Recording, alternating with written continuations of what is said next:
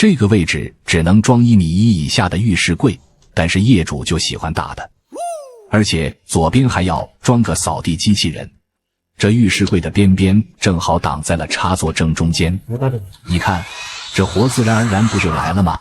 在移插座和加插座之间，业主毅然选择了移一下，套上盖子，先比一下左边需要切开的位置。今天这个插座对位置的精确度要求比较高，因为太出台面靠不了墙，太近了抽屉打不开。2个角的开孔我选择的是可以打磨的满砂秒锋，就算孔开偏木也可以磨过来。把夹头拆了，换上切割片。干这种活单手续还是优势很大的。兄弟们说等下这块瓷砖给它弄到右边去怎样？就是固定方式有点难度。插座后面有凸起，墙里面的空间不太够，上个大钻头钻一下。这墙体可比瓷砖好钻多了，上面也钻一下，稍微钻一下，这底灰就下了，底和凸起也掰了。现在就可以把左边2个固定孔位画出来了，装上夹头。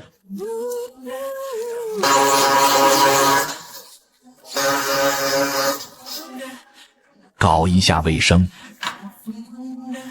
右边这个螺丝怎么固定呢？这底和修复器看来还是得备用几个啊。转了一圈就只相中这块木板，用这块木头专用切片。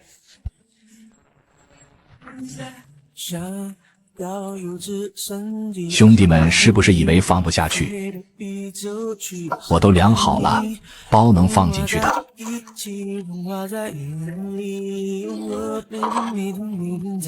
但是我一松手就会掉下去，我直接打个孔，把它锁在底和螺丝上。这螺丝不是满牙的，拧到底了也没有打紧，取出来换一个短的，但是这个短的又太短了。没关系，弄个沉孔。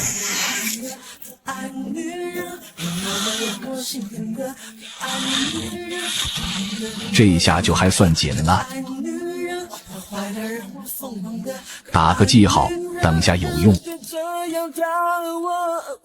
这块瓷砖想用上，但是它太短了，直接拿到大比野楼下进行匹配。找到了，颜色一模一样。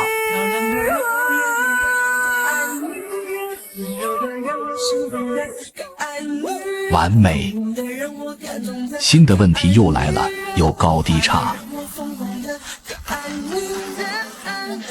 思考了2秒钟，是不是可以用4个子公司来调？新的问题又来了，当下锁螺丝，这块木板会被拉出来，弄一个楔形塞片，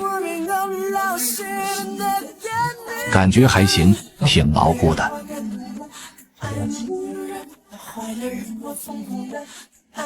还是不平，螺丝需要调整。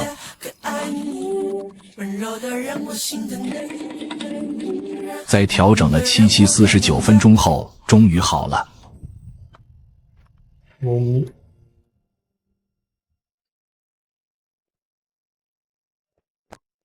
小姐，请问一下有没有卖半导铁盒？有啊，你从前面右转的第2排架子上就有了。哦，好，谢谢。不会。走廊灯关上，书包放，走到房间窗外望，回想刚买的书，一本叫半导体。喷点表面活性剂。好多第1页、第6页、第7页序，我永远都想不到陪我看字书的你，我要走，不再是，不再有，现在已经看起来不赖，稍微修整下。收了好久，好久好久，外围的灰尘包围了我，好暗好暗，配合的钥匙我找不到。我累个豆，用力过头了，赶紧退一点，按回去。One more time。